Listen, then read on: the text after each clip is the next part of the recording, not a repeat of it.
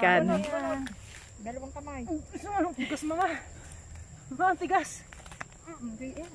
Yun, ang laki oh.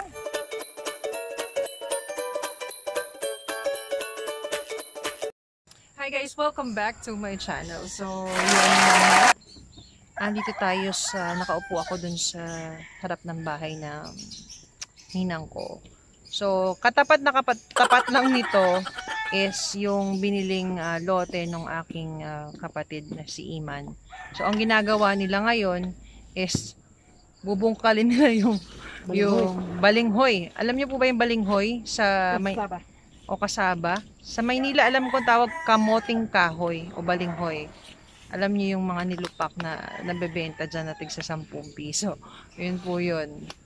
Balinghoy dito. So, ang sarap dito sa Batangas, guys. Kaya, nag-decide na rin kami dito tumira. Kasi talagang napaka-peaceful, malayo talaga sa yung pollution.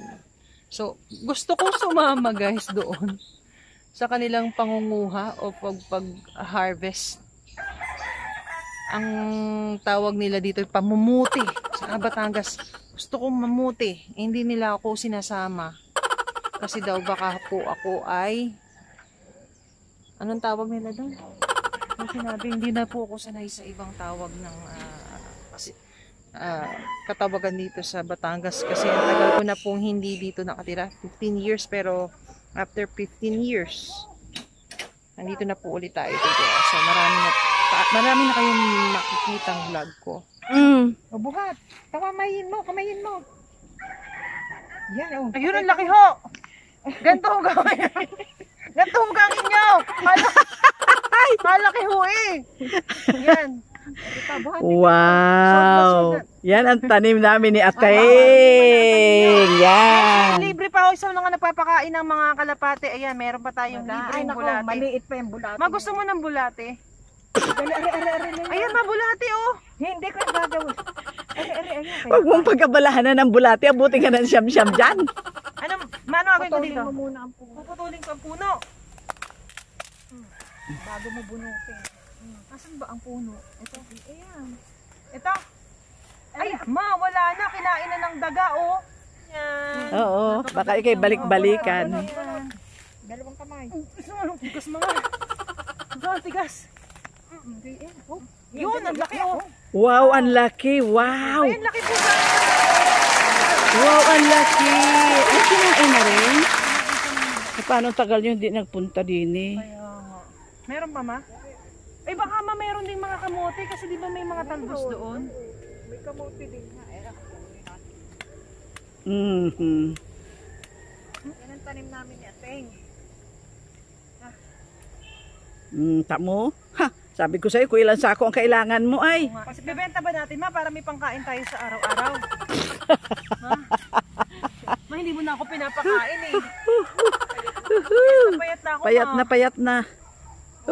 Ito na ang atin. Payat na. Kailangan makabenta na tayo ma. Ang bilim bigas. Ang biling bigas, magkano na ba ang kilo ng bigas ngayon? 50 na. Aray ko patawad. Eh, ang balinghoy 30 lang ang kilo. Paano pa yung aking mga 12 kapatid ma? Ano natin yung papakainin? Aray ko. Ano ba yan? Ay, ang laki. Butin mo. Ito na nga pa, ano. Ang Okay. laki, parang missile. Kaya video nga, ang laki ni ma, hindi ka marunong maghugot. Matanda na si mama. Yun! Wow!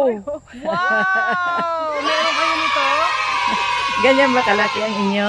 Ganyan. Meron, kaya mo ba to? Oh. 3 down, malalaki na yan. Ay, salamat sa Diyos. Salamat po sa inyong blessing, Lord. Lagyan ng 4 na puno yan. Lagyan natin ng tanim. 4 na puno yan. Galing. So, ayan na guys, nakaisang sako kami ng balinghoy o ng kamoting kahoy. Meron pa tayong mga malunggay. Ay, magkakasaba kay Kasilani. O sige mama, Ano nga tayo? alam nyo namang taga-kain. Di ba binibenta niyo? Ayan. Bibili nga sila. Diba? So guys, para pa sa maraming updates about sa ating ginagawa dito sa Malbar, Batangas. Please, like, comment, share, and subscribe. Sabihin mo nang sabihin mo, please subscribe. Para may pangkain kami. subscribe. Para may pangkain kami Para daw na. may pagkain daw sila. Ay, ako lang naman mag-isa, darling naman. Kahaginan. Masabi mo, please subscribe. Para daw Para may mabahaginan si pang- Ninang. Para kami may makain binig. Yeah.